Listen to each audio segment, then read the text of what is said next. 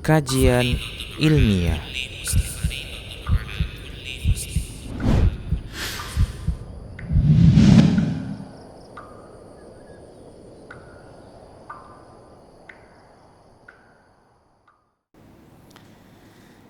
Assalamualaikum warahmatullahi wabarakatuh. Innal hamdalillah nahmaduhu wa nasta'inuhu wa nastaghfiruh wa na'udzu billahi min shururi anfusina wa sayyiati a'malina. May yahdihillahu fahuwal muhtadi wa may yudlil falan tajida lahu waliyyan mursyida. Asyhadu an la ilaha illallah wahdahu la syarika lah wa asyhadu anna Muhammadan abduhu wa rasuluh alladzi la nabiyya ba'dah. Wa qala Allah subhanahu wa ta'ala, ya ayyuhalladzina amanu taqullaha haqqa tuqatih wa la tamutunna illa wa antum muslimun. Ya ayyuhalladzina amanu taqullaha wa qulu qawlan sadida yuslih lakum a'malakum wa yaghfir lakum dhunubakum wa may yuti'illaha wa rasulahu faqad faza fawzan 'azima.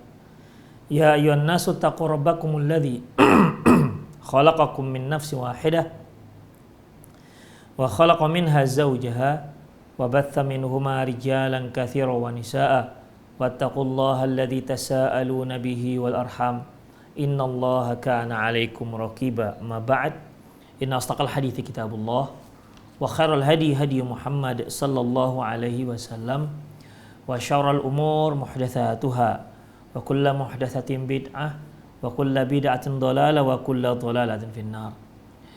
Kaum muslimin, kaum muslimat, para pemirsa Rosat TV dan pendengar Radio Medan Mengaji dimanapun Anda berada. Alhamdulillah, sore hari ini kita kembali ketemu di sore Ramadan. Kita membahas sunnah-sunnah harian.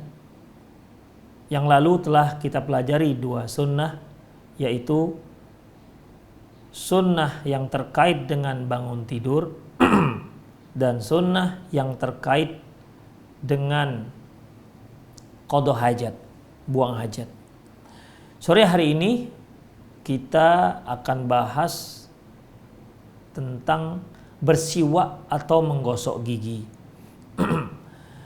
Pada zaman Rasulullah sallallahu alaihi wasallam, waktu itu belum ada yang namanya odol dan bros gigi. Tapi alat pembersih gigi sudah ada. Itu yang disebut dengan nama siwak. Mereka menggunakan akar pohon arak, di mana diambil batangnya ataupun akarnya yang sebesar kelingking, ya, ataupun ada yang sebesar telunjuk, dikupas kulitnya dan dalamnya itu digigit sehingga dia nanti terbentuk seperti brus gigi. Inilah dipakai oleh Rasulullah sallallahu alaihi wasallam dan para sahabatnya serta ya umumnya masyarakat pada zaman itu. Dan dalam Islam ada keutamaan-keutamaan dan sunnah-sunnah serta aturan dalam memakai siwak dan menggunakan siwak. Dan juga ada keutamaannya. Ya, bersiwak ini memiliki keutamaan. Artinya ada pahala yang kita inginkan, yang kita harapkan dari aktivitas kita menggosok gigi ataupun bersiwak. Ini sebagaimana misi kita dalam mengkaji acara ini, yaitu agar aktivitas kita sehari-hari itu menjadi nilai ibadah di sisi Allah Subhanahu wa ta'ala. Kalau kita bicara menggosok gigi, yang namanya menggosok gigi ataupun membersihkan gigi itu tidak hanya kaum muslimin. Orang-orang non-muslim juga mereka membersihkan giginya.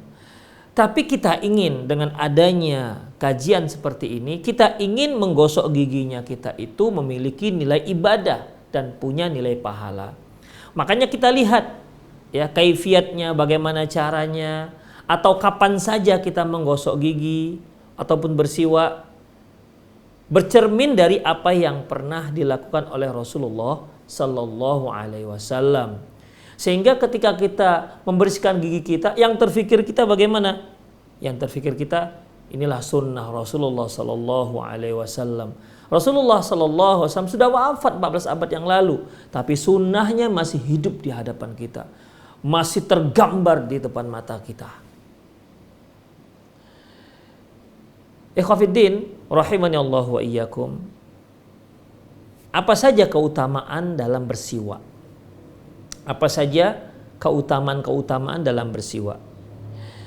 Dalam hadis yang diriwayatkan oleh Imam Al-Bukhari rahimahullah dari Abi Hurairah radhiyallahu anhu, anna Rasulullah sallallahu alaihi wasallam qala, bahwasanya Rasulullah sallallahu alaihi wasallam bersabda, laula an asyqa ala ummati la amartuhum bisiwaki ma'a kulli shalah.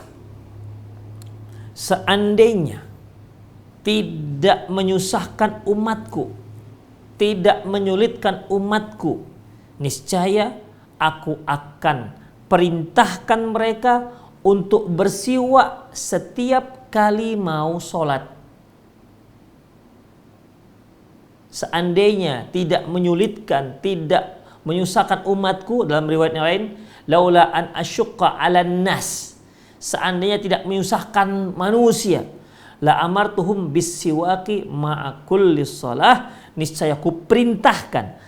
Arti ku perintahkan di sini adalah kuwajibkan mereka untuk bersiwak setiap kali mau sholat. Berarti ikhwafiddin, sebagaimana yang kita fahami, kalau sudah sampai Rasulullah memerintahkan, ya, memerintahkan, ini pasti ada faedah, ya, pasti ada maslahat, pasti ada manfaat bagi umat manusia yang mengerjakan sunnah-sunnah ini. Oleh karena itu, ikhwafiddin, karena pertimbangan ini kalau kewajibkan tentu akan menyusahkan. Makanya di sini Rasulullah Sallallahu Alaihi Wasallam tidak jadi mewajibkan. Dalam hadis yang lain yang juga diriwayatkan oleh Imam Al-Bukhari, laula an asyqa ala ummati la amartuhum bisiwaki inda kulli wudu. Seandainya tidak menyusahkan umatku, kuperintahkan mereka untuk bersiwak setiap kali hendak berwudu. Ya, setiap kali hendak berwudu. Kemudian hadis yang lain yang diriwayatkan oleh Imam Muslim dari Hudzaifah radhiyallahu anhu, qala, dia berkata, kana an-nabiyyu sallallahu alaihi wasallam idza qama minal laili yashuthu fahu bis-siwak. Apabila Rasulullah sallallahu alaihi wasallam bangun pada malam hari, beliau langsung menggosok-gosokkan gigi beliau dengan siwak. Hadis diriwayatkan oleh Imam Bukhari dan Imam Muslim. Kemudian, apakah membersihkan gigi ini tujuannya hanya untuk kebersihan gigi atau mungkin ada yang lain? Karena kalau hanya sudah untuk menjaga kebersihan gigi, ya orang-orang non-muslim juga bisa melakukannya. Tapi ikhwah, ternyata tidak. Ya, tidak bertujuan hanya untuk membersihkan gigi ataupun menjaga kebersihan gigi, tapi ada untuk hal yang lain. Hal ini disebutkan dalam sebuah hadis yang diriwayatkan oleh Imam Al-Bukhari rahimahullah dari Aisyah radhiyallahu anha. Anin Nabi sallallahu alaihi wasallam, dari Nabi sallallahu alaihi wasallam, qol, beliau bersabda, as-siwaku mutahhiratun lil fam wa mardatun lirabb. Siwak itu fungsinya untuk membersihkan mulut dan untuk mendapatkan keridhaan Allah Subhanahu wa taala. Jadi fahamlah kita bahwasanya, ya, menggosok gigi, menjaga kebersihan, bersiwak, ya, bersiwak itu bukan hanya bertujuan untuk menjaga kebersihan gigi, tapi ingat, ada yang lebih daripada itu. Apa itu ikhwah? Yaitu mendapatkan ridho Allah Subhanahu wa ta'ala. Jadi bersiwak juga salah satu cara kita mengundang ridho Allah Subhanahu wa ta'ala. Ya. Ingat, lihat bagaimana para sahabat ridwanullahi alaihim ajma'in yang Allah Subhanahu wa taala mengatakan, was-sabiqunal awwaluna minal muhajirin wal ansar walladzina tabauhum bi ihsan radhiyallahu anhum wa radu'an. Orang-orang yang terdahulu, yang awal-awal dari kalangan muhajirin dan ansar dan orang-orang yang mengikuti mereka, radhiyallahu anhum, Allah ridho kepada mereka, wa radu'an, mereka juga ridho kepada Allah. Jadi untuk mendapatkan ridho Allah ini merupakan tujuan target kita yang utama ketika kita selama kita hidup di muka bumi ini. Dan salah satu untuk mendapatkan ridho Allah yaitu dengan cara bersiwak. As-siwaku muthiratun lil fam wa mardatun lirabb. Siwak untuk menjaga kebersihan mulut, untuk membersihkan mulut dan untuk mendapatkan ridho Allah Subhanahu wa taala. Kemudian dalam hadis yang diriwayatkan oleh Imam Ahmad, Rasulullah sallallahu alaihi wasallam bersabda, "Umirtu bis-siwak hatta khasyitu ayyuktaba alayya." Aku diperintahkan untuk bersiwak, menggosok gigi, sampai aku khawatir jangan-jangan ini menjadi wajib. Hatta khasyitu ayyuktaba alayya. Sampai aku takut, aku khawatir siwak ini nanti menjadi wajib.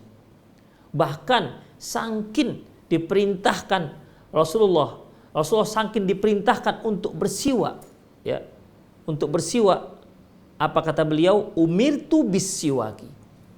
Aku diperintahkan untuk bersiwak hatta khiftu ala asnani, sampai aku khawatir dengan gigiku. Artinya Allah Subhanahu wa taala mengingatkan Rasulullah sallallahu alaihi wasallam, memerintahkan Rasulullah, perhatikan kebersihan gigimu, perhatikan, terus diingatkan oleh Rasulullah sallallahu alaihi wasallam. Ikhwatiddin rahimani Allah wa iyyakum. Ada satu hikmah, ya. Ada satu hikmah yang perlu kita ketahui. Bahwasanya mengapa Islam memerintahkan umatnya lebih menekankan masalah menjaga kebersihan gigi ketimbang mandi. Mengapa ikhwatiddin? Kalau mandi nggak pernah kita disuruh, kecuali kalau wajib, maka kita diperintahkan. Oke, kita orang Indonesia mandi sehari 2 kali. Orang-orang yang di sana, terutama di saat musim dingin, bisa-bisa mereka mandinya hanya untuk yang wajib-wajib saja. Mungkin 3 hari nggak mandi. Demikian.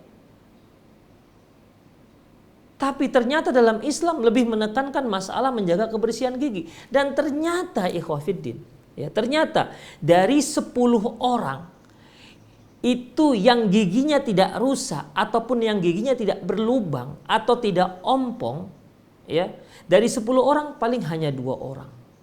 Bayangkan ikhwafiddin. Berarti gigi ini memang harus diberi perhatian khusus dalam masalah kebersihan. Ya. Diberi perhatian khusus. Demikian. Dan memang yang sering rusak, yang cepat rusak itu ya gigi kita. Kalau kita tidak memperhatikannya. Maka sangat wajar kalau syariat Islam sangat menekankan dalam menjaga kebersihan gigi. Kemudian ikhwatiddin, selanjutnya, apa hukum bersiwak? Apakah hukumnya wajib ataukah sunnah? Para pemirsa dimanapun Anda berada, kalau kita lihat dari hadis yang kita bacakan tadi, ya, di mana Rasulullah Shallallahu Alaihi Wasallam bersabda, umirtu an laula an asyukka ala ummati la amartum bisiwaki inda kulli wudu, au la amartum bisiwaki ma'a kulli shalah. Seandainya tidak menyusahkan umatku, niscaya aku perintahkan kepada mereka untuk bersiwak setiap kali sholat atau setiap kali berwudu. Kalimat ini niscaya akan aku perintahkan, artinya yaitu para ulama menyebutkan yaitu seandainya tidak menyusahkan, tidak menyulitkan umatku, akan aku wajibkan mereka untuk bersiwak setiap kali sholat, setiap kali wudu. Kalau seandainya tidak menyusahkan, tapi ternyata akan menyusahkan. Rasulullah khawatir umatnya kalau diperintahkan, kalau diwajibkan bersiwak akan menyusahkan mereka.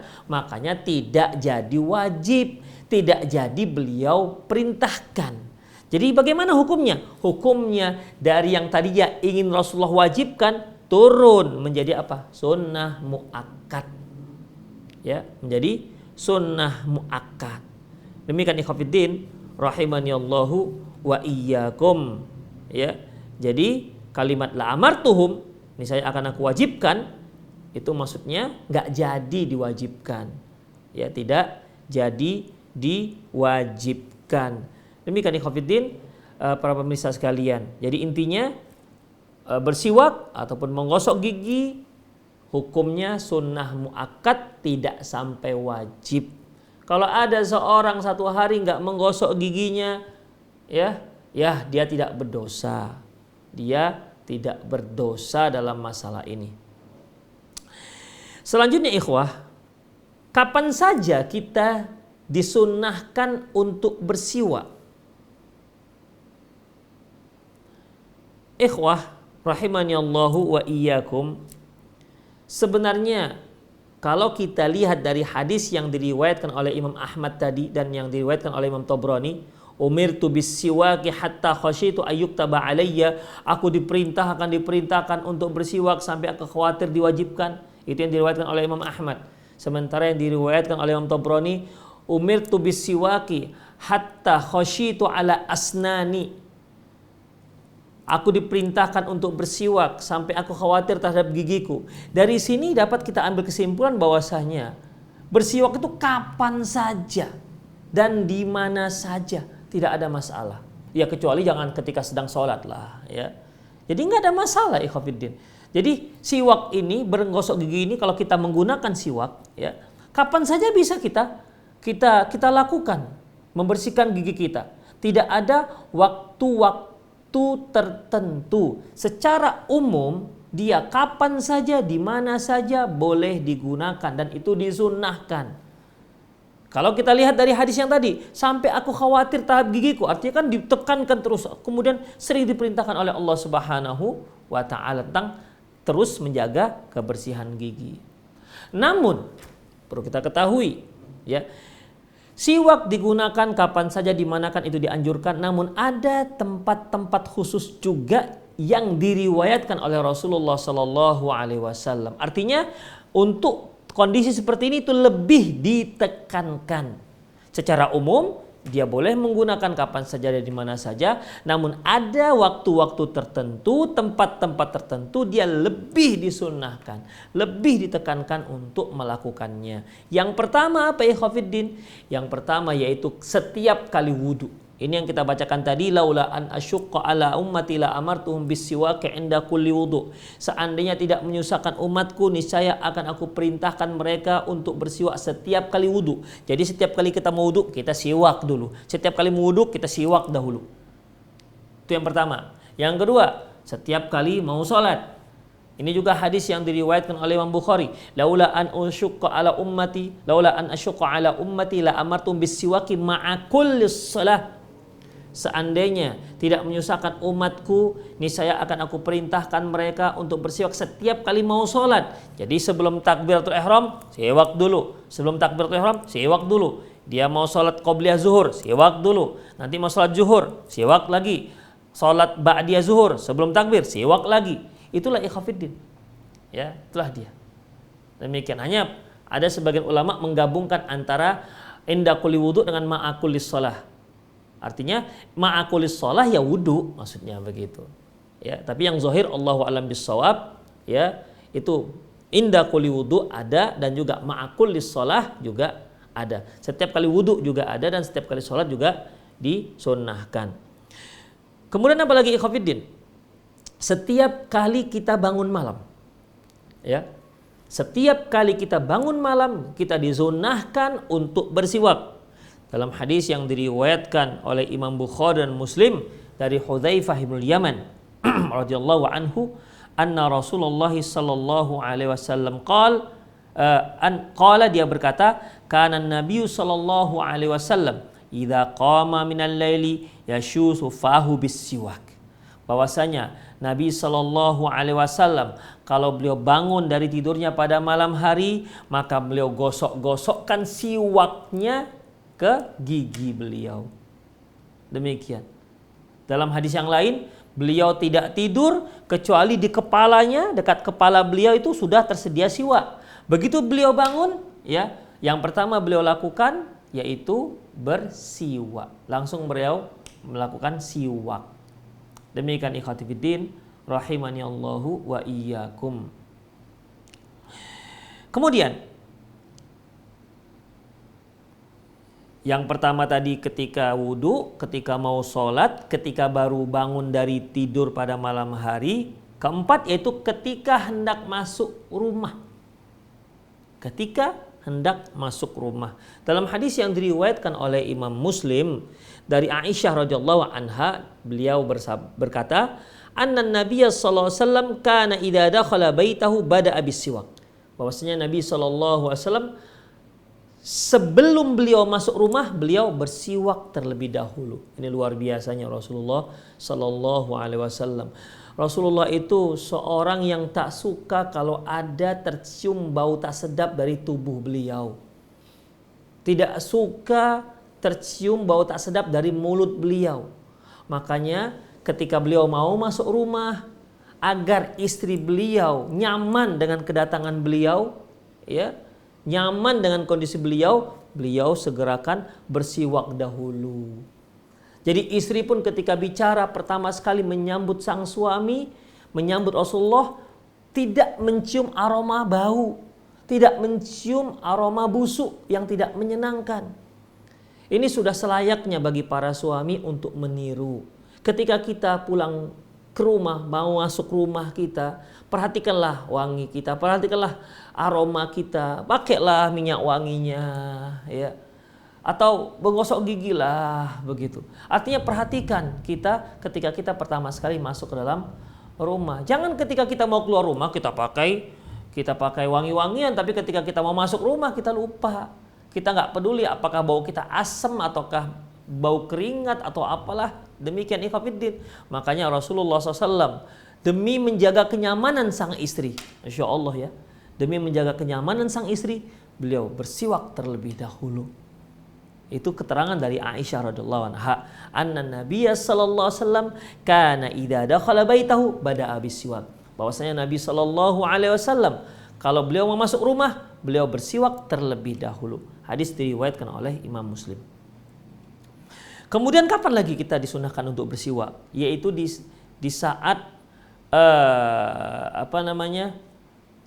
mulut kita sudah mulai terasa bau ataupun gigi sudah mulai menguning, ya, itu sudah disunahkan, ditekankan untuk bersiwak.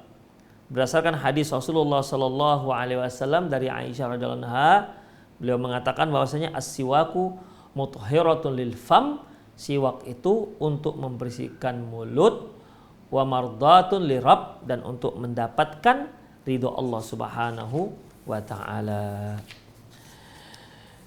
Kemudian poin selanjutnya, bagaimana kalau seorang yang sedang berpuasa, apakah mereka boleh bersiwak atau menggosok gigi? Nah, demikian. Ikhwati fiddin, para pemirsa dimanapun Anda berada,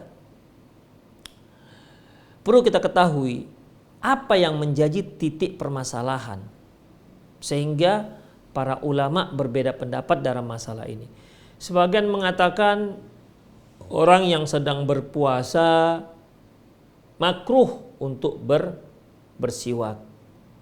Ada yang mengatakan boleh mutlak kapan saja kalau orang berpuasa, nggak ada masalah dia bersiwak. Ada lagi yang menyebutkan kalau dari pagi sampai siang itu sepakat tidak masalah, tapi kalau dari siang ke sore, ya, itu hukumnya makruh. Sebenarnya di mana titik permasalahannya, ikhwafiddin? Titik permasalahannya yaitu hadis yang cukup panjang yang diriwayatkan oleh Imam Bukhari dari Abi Hurairah radhiyallahu anhu. Di antara penggalan hadis itu Rasulullah menyebutkan tentang keutamaan berpuasa. Apa itu? La khalufu fammi shaimin atyabu indallahi mirihil misk. Sungguh bau mulut orang yang berpuasa lebih wangi di sisi Allah ketimbang minyak wangi kasturi. Jadi dari sini para ulama yang berpendapat makruhnya bersiwak bagi orang yang berpuasa, alasannya dengan bersiwak berarti dia mengurangi bau mulut. Orang yang berpuasa bersiwak itu mengurangi bau mulut. Padahal bau mulut itu bau yang sangat dicintai oleh Allah Subhanahu wa taala. Bahkan di sisi Allah, jika dibanding-bandingkan dengan wanginya kasturi, minyak kasturi ini ikhwah, minyak yang termahal. Ya, yang aslinya itu dari tubuh kijang atau rusa. Demikian. Jadi mahal sekali nih. Pokoknya minyak yang paling wangi itu minyak kasturi. Tapi di sisi Allah, walaupun minyak yang wangi yang luar biasa itu, jika dibandingkan dengan bau mulut orang yang berpuasa, di sisi Allah lebih wangi bau mulut orang yang berpuasa ketimbang minyak kasturi yang mahal itu. Makanya ikhwah, yang berpendapat makruh alasannya akan mengurangi bau mulut. Kalau mengurangi bau mulut, otomatis akan mengurangi aroma wangi di sisi Allah Subhanahu wa taala. Itulah pendapat yang pertama. Ya. Juga ada yang mengkiaskan dengan seorang yang seorang yang mati syahid, seorang yang tewas terbunuh ketika perang jihad fisabilillah, dia kan tidak dimandikan. Kenapa? Karena nanti di hari akhirat lukanya itu akan kembali mengeluarkan darah. Dan darahnya itu lebih wangi ketimbang bau kasturi. Itu dia. Jadi dikiaskan dengan orang yang mati syahid. Itu pendapat yang pertama. Pendapat yang kedua, ikhwah. Pendapat yang kedua menyatakan enggak. Seorang yang sedang berpuasa tetap disunahkan dia bersiwak. Apa dasarnya? Dasarnya hadis yang kita sebutkan yang pertama tadi, keumuman hadis. Laula an asyqa ala ummati la amartuhum bis-siwak 'inda kulli wudu. Ma'a kulli shalah. Seandainya tidak menyusahkan umatku, akan aku perintahkan mereka untuk bersiwak setiap kali wudu atau setiap kali mau sholat. Dan di sini mutlak. Kapan saja, di mana saja. Tidak membedakan antara orang yang berpuasa sholat dan orang yang berpuasa wudu. Tidak membedakan antara yang berpuasa dan tidak berpuasa. Pokoknya ketika dia mau wudu atau pokoknya ketika dia mau sholat, mau dia sedang puasa maupun tidak sedang berpuasa, tetap disunahkan mutlak untuk bersiwak atau untuk menggosok gigi. Itu yang pertama. Yang kedua, hadis Aisyah tadi, dia mengatakan kana Rasulullah sallallahu alaihi wasallam idza dakhala al-bait yabda'u bis-siwak.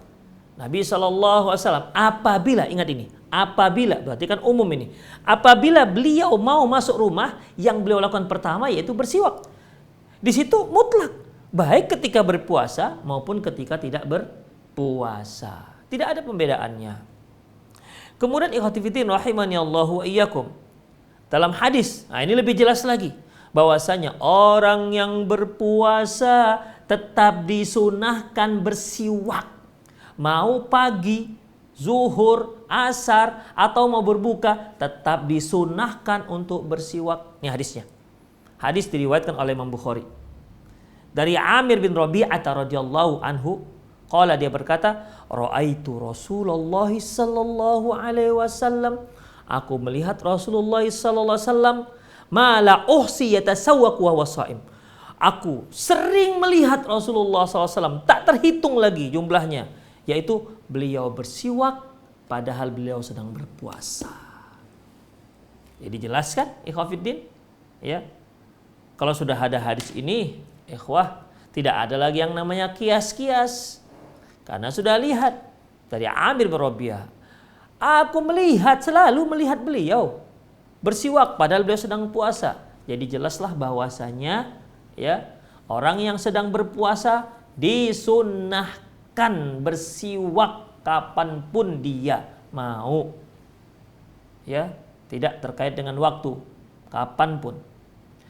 Satu hal lain yang perlu kita perhatikan, Kalau alasannya dimakruhkan karena mengurangi bau mulut, karena siwak itu mengurangi bau mulut, maka dia menjadi makruh.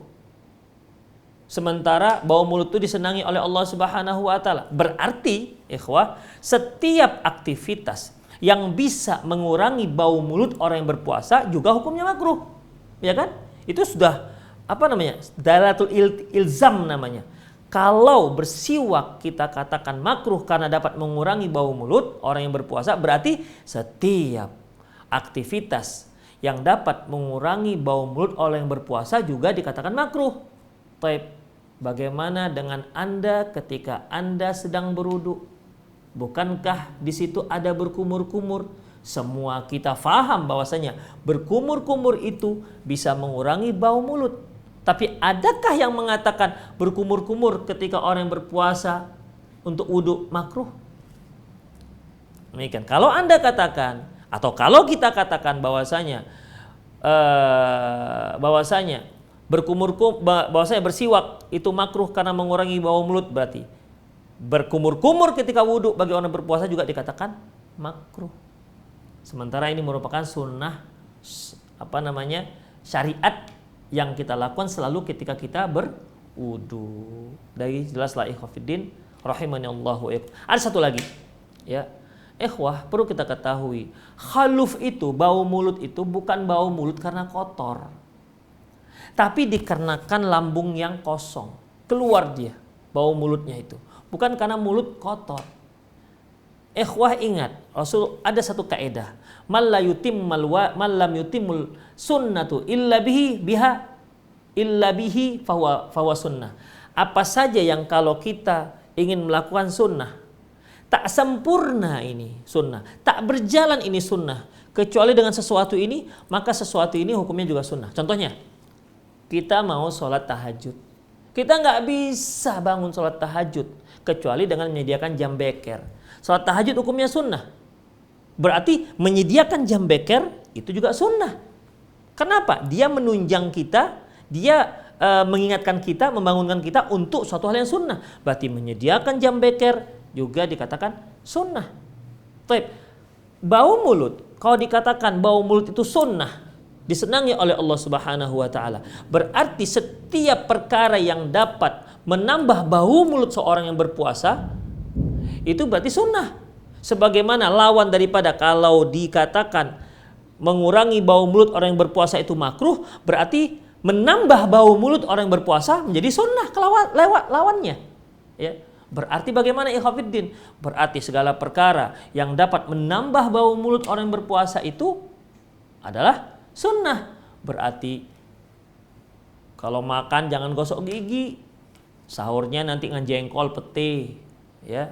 Kalau bisa nggak usah dimasak, mentah tuh aja. Kalau bisa nggak usah lagi gosok-gosok gigi sebulan tuh. Masya Allah lah pokoknya bau mulutnya. Tapi nggak ada seorang pun yang bicara seperti itu, ikhwatiddin. Jadi jelaslah bahwasanya Allahu a'lam bishawab, yang rajih bahwa menggosok gigi tetap disunahkan bagi orang yang berpuasa kapanpun waktunya dan dimanapun dia berada. Kemudian ikhwah, selanjutnya, apakah menggosok gigi itu boleh di hadapan orang ramai? Ini dia. Kenapa ini saya angkat? Karena memang ada khilafiyah di kalangan para ulama di sini. Sebagian mengatakan menggosok gigi itu nggak boleh di hadapan orang ramai. Sebagian lagi mengatakan nggak ada masalah. Di mana titik permasalahannya? Ya, titik permasalahannya ikhwah, ya, yaitu terkait dengan pengklasifikasian menggosok gigi. Ya, pengklasifikasian menggosok gigi. Mereka yang mengklasifikasikan menggosok gigi itu dikiaskan dengan istinja, membersihkan kotoran. Makanya menyimpulkan tidak boleh di hadapan orang ramai.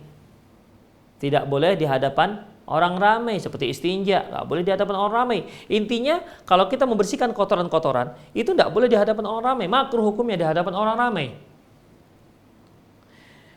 Pendapat yang kedua mengatakan enggak masalah. Kenapa? Itu bukan membersihkan kotoran. Ya. Karena kotoran mulut itu nggak najis. Jadi bagaimana? Nggak ada masalah. Sebagaimana kita cuci tangan, begitu loh. Sebagaimana kita cuci tangan, nggak masalah kita di hadapan orang ramai. Sebagaimana kita cuci muka, nggak masalah kita di hadapan orang ramai. Demikian ikhwatiddin. Ya. Belum lagi di sini ada hadis Rasulullah Sallallahu Alaihi Wasallam, yaitu hadis dari Abi Buraidah dari ayahnya. Qala, dia berkata, ataitun nabiyya sallallahu alaihi wasallam fawajadtuhu yastannu. Aku datang menghadap Nabi, aku datang bertemu dengan Nabi, kulihat beliau sedang bersiwak.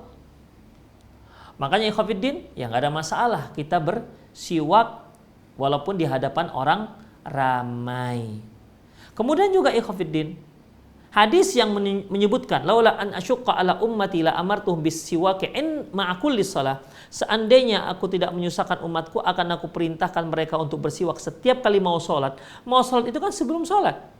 Ya bagi laki-laki yang sholat berjamaah gimana kalau nggak di hadapan orang ramai? Mungkin di sampingnya ada orang yang melihat dia. Jadi ikhwah, para pemirsa sekalian, tak mengapa, ya tidak mengapa seorang itu bersiwak di hadapan orang lain, tidak ada masalah. Ya, tidak ada masalah. Allahu a'lam bissawab. Selanjutnya, bagaimana cara bersiwak? Bagaimana cara bersiwak? Cara bersiwak ikhwafiddin, kita mulai menggosok yang sebelah kanan. Kanan dulu, baru kemudian sebelah kiri. Hal ini berdasarkan keumuman hadis dari Ummul Mukminin Aisyah radhiyallahu anha, qalat, dia berkata, kana Nabi sallallahu alaihi wasallam yu'jibut tayammun. Nabi sallallahu alaihi wasallam sangat suka mendahulukan yang kanan. Apa saja? Fitana ulihi, ketika memakai sandal. Nanti akan kita pelajari sunnah pakai sandal itu apa saja yang perlu kita perhatikan. Ya, ada banyak hal yang perlu kita perhatikan pakai sandal. Mungkin selama ini kita pakai sandal, buka sandal tanpa kita terfikir mungkin tidak, ya, bahwasanya ternyata ada aturan sunnahnya bagaimana pakai sandal. Rasulullah SAW kana Nabi SAW yu'jibuhu at-tayammun. Nabi SAW menyukai yang mendahulukan yang sebelah kanan, fitana ulihi, ketika memakai sandal, wa tarajjulihi, ketika bersisir, wa tatahhurihi, ketika bersuci, wa fi sya'nihi kullih, dan dalam seluruh urusan dan aktivitasnya. Dari keumuman inilah ikhwafiddin, ya, dari keumuman ini, karena menggosok gigi, bersiwak merupakan salah satu aktivitas, maka kita ambil secara umum hadis ini, yaitu mendahulukan yang sebelah kanan. Jadi yang kanan terlebih dahulu, baru kemudian yang sebelah kiri. Demikian ikhwatiddin, ya.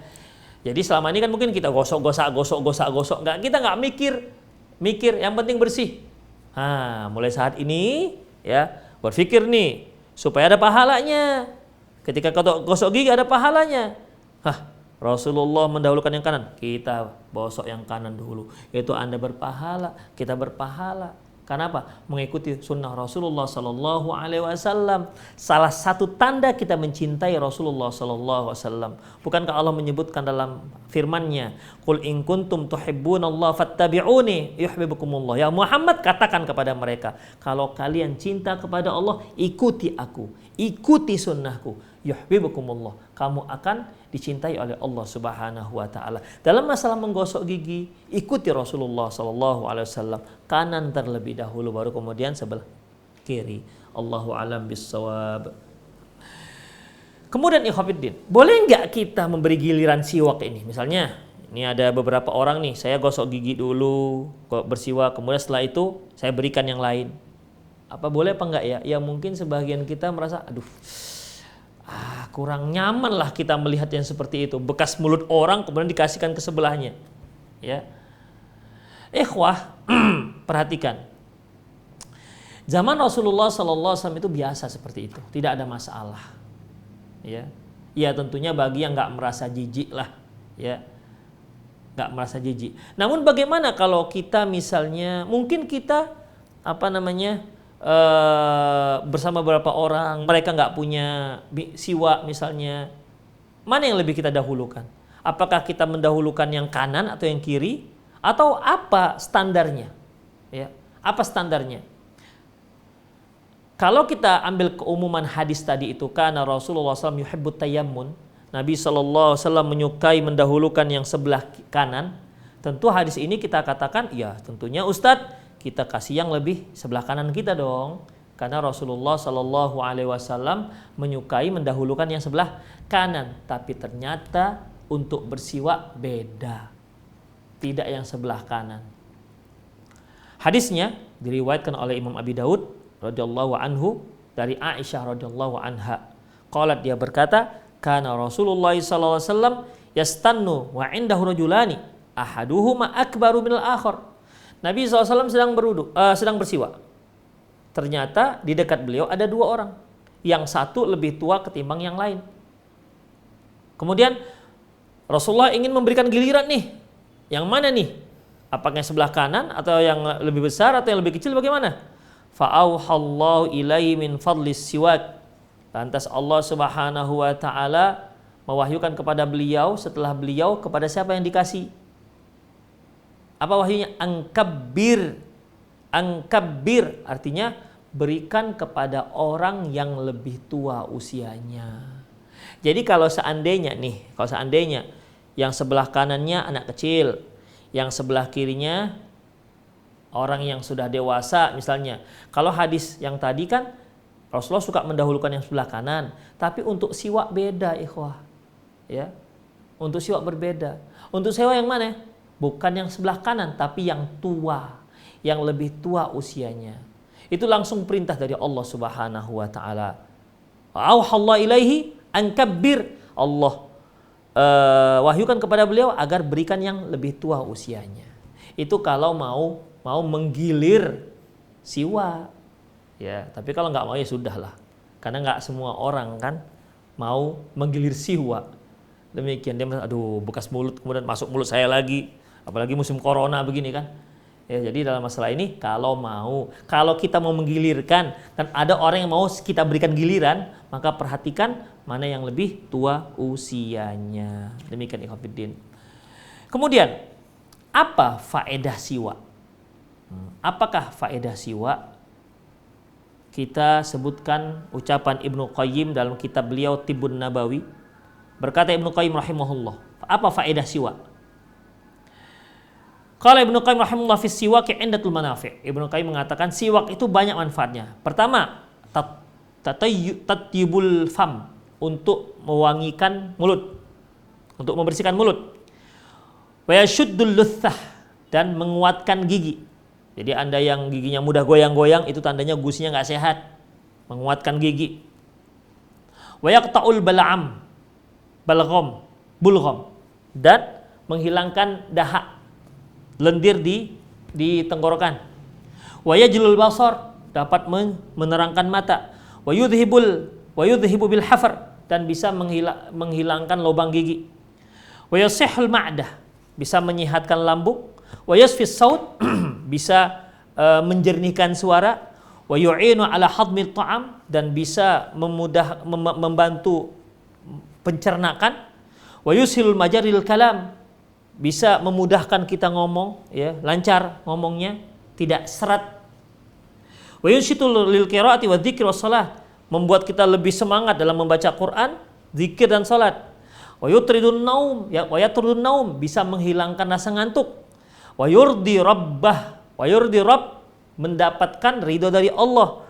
Wa yu'jibul malaikah, dan dapat membuat kagum malaikat. Wa yukthirul hasanat, dan memperbanyak kebaikan.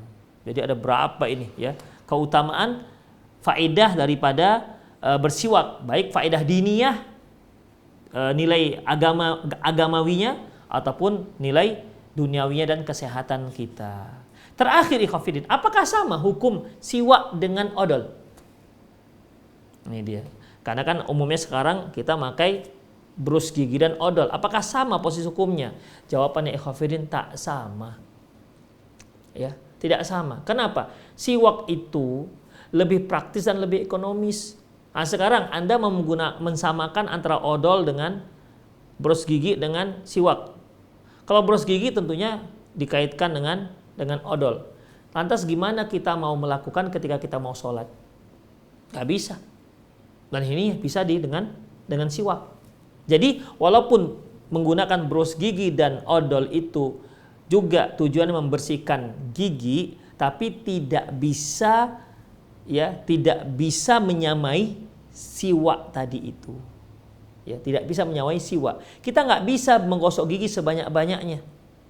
Kalau odol dan boros gigi ya kita lakukan ketika pada pagi hari atau mau tidur atau siang hari, karena kita harus menggunakan air. Kalau tidak ada air tak bisa kita menggosok gigi. Beda hal dengan siwak. Lagi melamun pun orang bisa bersiwak. Nah begitu. Ya. Lagi dengar kajian pun kadang-kadang ada yang bersiwak. Tapi coba lagi dengar kajian pakai odol, gosok gigi, nggak sopan. Demikian ikhwatiddin rahimanallahu wa iyyakum. Itulah dia ya sunnah terkait dengan siwak. Semoga apa yang kita sampaikan tadi bermanfaat. Aqulu qouli hadza wa astaghfirullah li wa lakum wa lisal muslimin innahu wal ghafurur rahim. Bagi para ikhwah yang ingin memberikan pertanyaannya silahkan kirimkan pesan singkat pertanyaan Anda di pesan singkat 0895 6113 27778 0895 6113 27778. Assalamualaikum Ustadz, bagaimana kalau kita lupa baca doa sebelum masuk WC dan teringat setelah masuk dan sudah tidak berpakaian? Tapi ini mungkin terkait dengan pertanyaan yang lalu ya, kajian kita yang sudah kita jelaskan. Ikhwah, salah satu sunnah qada hajat sebelum masuk WC kita sudah membaca bismillah. Ingat jangan lupa bismillahnya, karena bismillah itu untuk menutupi aurat kita di pandangan jin yang ada dalam WC. Bismillah Allahumma inni a'udzubika minal khubuthi wal khaba'is. Terkadang kan mungkin kita sesak tuh, lari lompat mungkin karena saking sesaknya, lupa baca. Di dalam sudah buka, baru teringat tadi nggak baca. Tuh gimana tuh? Ditengokin jin lah hawa ini misalnya begitu. Lantas gimana ikhwah? Ya. Para ulama ikhwafiddin dalam masalah ini menyebutkan baca, tidak apa-apa, tapi jangan lisan. Ya. Tapi jangan lisan. Cukup dalam hati. Bismillahirrahmanirrahim. Adapun sebelum masuk WC tadi dilafazkan Bismillahirrahmanirrahim inni a'udzubika minal khubuthi wal khaba'is. Kalau sudah kita kadung di dalam, ya, kita cukup membaca dalam hati. Kenapa ikhwatiddin? Yang lalu telah kita bahas bahwasanya kita tidak boleh menyebutkan nama Allah dalam dalam WC, ya, tidak dibolehkan. Demikian ikhwatiddin. Adapun terkait dengan apa tadi? Dengan kita sudah tidak berpakaian. Ikhwah, masalah menyebutkan nama Allah ketika nggak berpakaian nggak ada masalah. Ya. Dilarangnya menyebutkan nama Allah bukan terkait dengan nggak pakaiannya, tidak berbusananya, tapi dikarenakan di WC-nya. Adapun tak berpakaian, tak masalah kita kalau menyebutkan nama Allah di saat kita sedang tidak berpakaian. Contohnya, ketika seorang suami mau mendatangi istrinya, mau hubungan intim, ya tentu tak berpakaian. Apa yang dia baca? Allahumma jannibna syaitan wa jannibis syaitan ma razaqtana. Itu kan sudah tak berpakaian. Apakah dia sebelum kalau dia mau berhubungan intim, dia pakai pakaian dulu nih. Kemudian dia baca Allahumma bismillah Allahumma jannibna syaitan wa jannibis syaitan ma razaqtana, baru dia buka pakaian, baru dia terkam istrinya. Kan enggak, ikhwatiddin. Ya, itu kan sudah terbuka. Jadi mengenai menyebutkan nama Allah di saat seorang tanpa busana enggak ada masalah. Jadi larangan itu karena dalam WC, bukan terkait dengan masalah tidak berbusana. Assalamualaikum Ustadz. Jika kita di bandara mau masuk WC, sementara di koper kita ada Quran, lalu kita bawa masuk WC, karena jika ditinggal di luar khawatir hilang. Ikhwah, kemarin telah kita bahas bahwasanya apabila ada yang namanya sebutan nama Allah nggak boleh bawa masuk WC.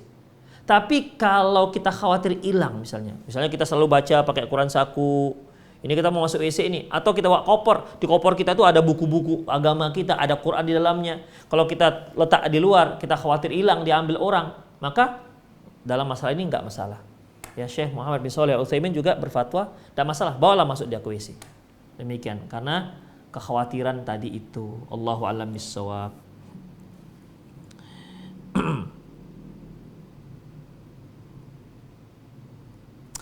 Assalamualaikum Ustadz. Adakah hukum fikih karena terpaksa, misalnya di masjid karena virus corona ini sajadah diganti dengan lakban hitam? Kita tidak bisa menghindari bisa merusak lakban tersebut ketika sholat. Apakah berdosa kita merusak lakban? Mungkin ini ya untuk meluruskan, mungkin lakban untuk meluruskan saf. Ikhwafin nggak ada masalah ya, asalkan Anda jangan sengaja melakukannya. Ketika nggak ada orang sengaja dicabut, dilepas semua, ya tentu itu kurang kerjaan namanya. Kalau nggak sengaja nggak apa-apa. Misalnya kita pas meluruskan saf, terpijaklah itu lakban. Ketika kita duduk di antara dua sujud, itu kan ada tekanan kaki itu, bergeserlah lakbannya, tidak jadi lurus lagi. Nggak ada masalah ikhwafidin, karena kita tidak melakukan dengan sengaja. Karena ada hukum itu, syaratnya 3. Pertama dia tahu, yang kedua dia sengaja, yang ketiga dia tidak terpaksa. Kalau dia tidak tahu, dia tidak sengaja, dan dia terpaksa, tidak ada hukum. Gak ada usah insyaallah. Assalamualaikum Ustaz, apakah dalam memegang siwak ataupun sikat gigi dianjurkan menggunakan tangan kanan juga? Jazakallahu khairan. Iya. Ikhwatiddin rahimanallahu wa iyyakum. Ini juga ada perbedaan dikarenakan klasifikasi tadi, ikhwah. Tadi kan kita telah membahas apakah menggosok gigi itu boleh di hadapan orang ataukah tidak boleh. Bagi para ulama yang mengatakan, mengklasifikasi, ini menggosok gigi itu untuk menghilangkan, membersihkan kotoran dan najis-najis. Demikian. Maka tidak layak kita lakukan di hadapan orang. Ulama yang kedua, ya, kelompok yang kedua mengatakan tidak masalah karena itu bukan najis, itu membersihkan biasa seperti kita basuh tangan, itu kan tidak apa-apa. Dan ternyata dalam hadis tadi disebutkan Amir bin apa tadi? Lupa saya, ya. Dari Abi Burdah ya, dari Abi Burdah, dari ayahnya. Ternyata dia bertemu dengan Rasulullah sedang bersiwak. Jadi nggak ada masalah. Sebagaimana juga hadis yang kalau kita mau sholat kita bersiwak, jadi nggak ada masalah. Oke, demikian juga ikhwah mengenai memegangnya, memegang. Kalau yang mengatakan itu adalah diklasifikasikan membersihkan kotoran, yang membersihkan kotoran ini mereka mengkiaskan dengan istinja kan dengan tangan kiri. Demikian. Tapi bagi kelompok yang kedua yang nggak mengklasifikasikan seperti istinja, ya pakai tangan kanan. Sebagaimana kita makan, sebagaimana kita lebih mendahulukan tangan kanan. Dari hadis keumuman hadis dari Aisyah radhiyallahu anha tadi. Kana Nabi sallallahu yu'jibut tayammun. Nabi sallallahu alaihi wasallam suka mendahulukan yang sebelah kanan. Jadi Allahu a'lam bishawab, peganglah dengan tangan kanan.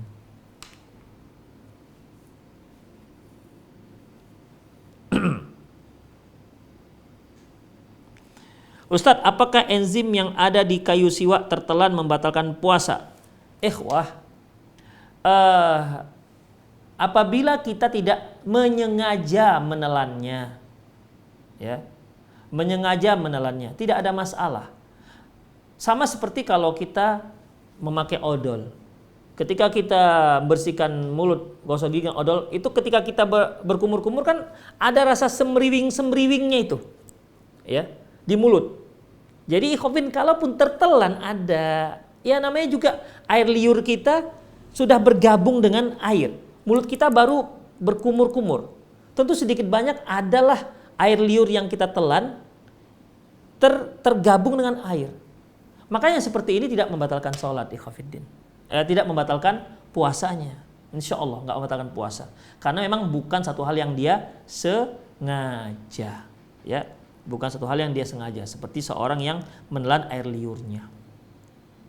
Allahu a'lam bishawab.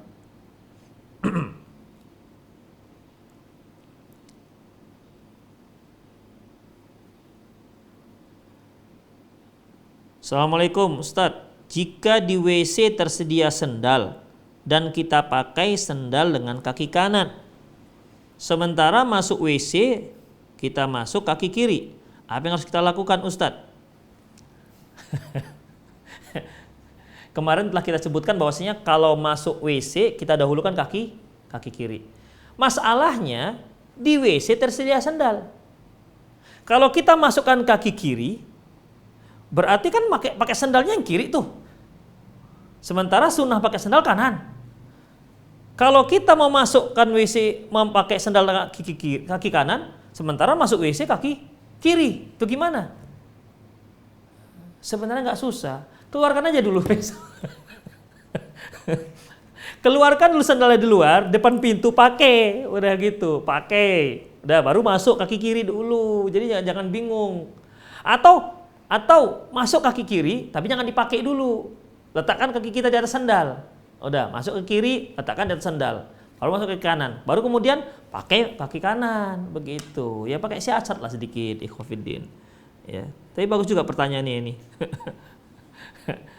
Demikian. Jadi ya begitu caranya. Intinya usahakanlah bisa semua melaksanakan sunnah-sunnah Rasulullah SAW. Ikhwah, sepertinya sudah sampai waktunya, sudah berakhir waktunya. Semoga apa yang kita bahas bermanfaat. Semoga Allah Subhanahu wa taala memberikan kita keistiqomahan dalam belajar. Kita ingin menghidupkan sunnah-sunnah beliau, sunnah-sunnah Rasulullah yang kita cintai, yaitu dalam setiap lini kehidupan kita, sehingga aktivitas sehari-hari tak terlepas dari sunnah Rasulullah sallallahu alaihi wasallam, tak terlepas dari qala Rasulullah sallallahu alaihi wasallam, tak terlepas dari an Rasulillah sallallahu alaihi wasallam.